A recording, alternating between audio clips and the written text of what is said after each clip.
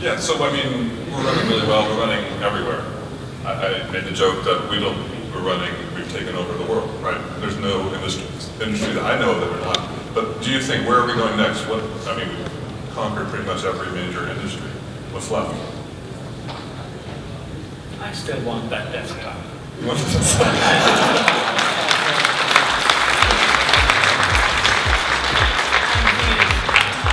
So generally speaking at LinuxCon, I make sure I hit all of the keynotes, although there's always great value in the hallway track, me being a people human.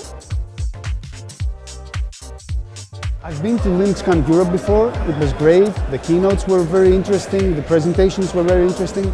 I think what makes LinuxCon North America special is that much of open source development happens here, and many people who are very important for open source development live here, so it's easier for them to attend.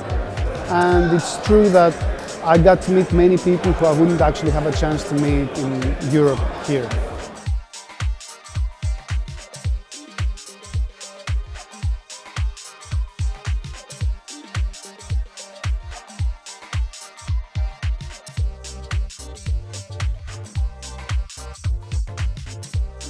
I really do believe that at the common time and for the next little bit, Linux was really made for embedded systems.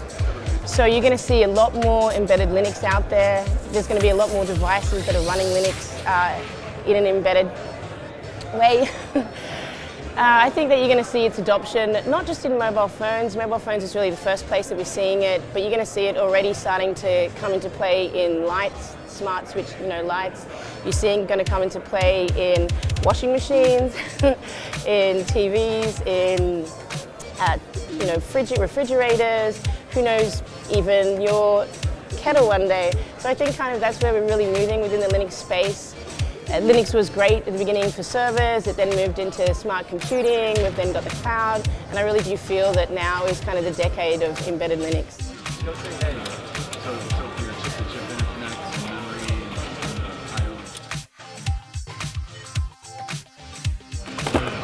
and It seems that open source software plays an ever-increasing role in society, and it's nice how even companies which have traditionally built proprietary software are, one could say, even forced to use open source software to build products.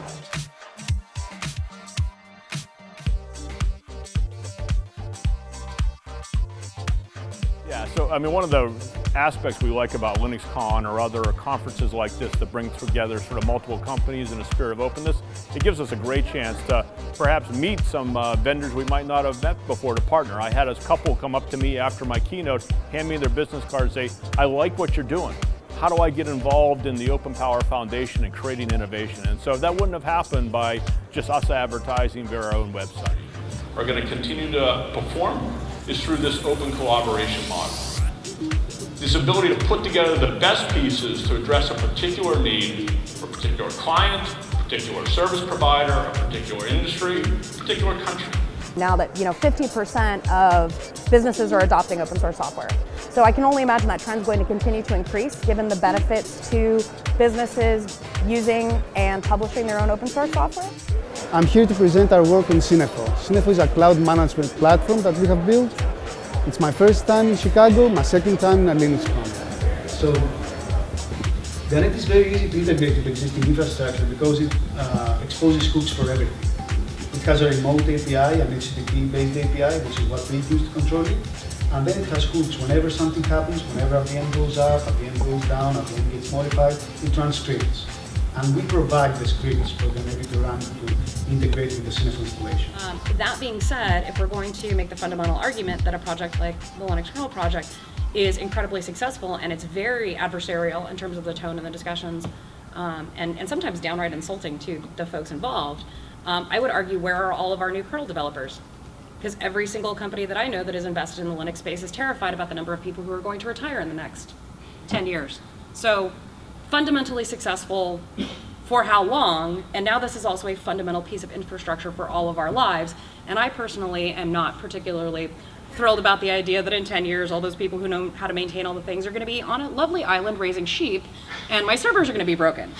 For those of us in the community who are students or who are potentially not as economically advantaged, the Linux Foundation is very gracious and provides a number of scholarships and volunteer opportunities. So if you're interested in learning more about the Linux kernel and the open source software community, I'd like to encourage folks to take the opportunity, look at the schedule, and figure out how you can attend, because we would welcome the opportunity to welcome more newcomers into our community. One thing that happens at Linux Foundation events is people from the community can walk up to you, shake your hand, and you'll meet people that you didn't even know were out there who've been hanging out with your techs over at the booth. There you go. Having a great time and finding opportunities and fits so that new distributions similar to Ubuntu can come along and appear in the Open Power Foundation. I'll be trading cards with you, and you'll be getting an email. And so you find opportunities and have a chance to network in the hallway, the hallway track being one of the most important parts of any conference, such that you can find opportunities. Me, I'm a unit record 1401 guy. There you go. But I love power, and we're going to be doing power together. Excellent, excellent. I think that was a video bomb that just took place. I think it was.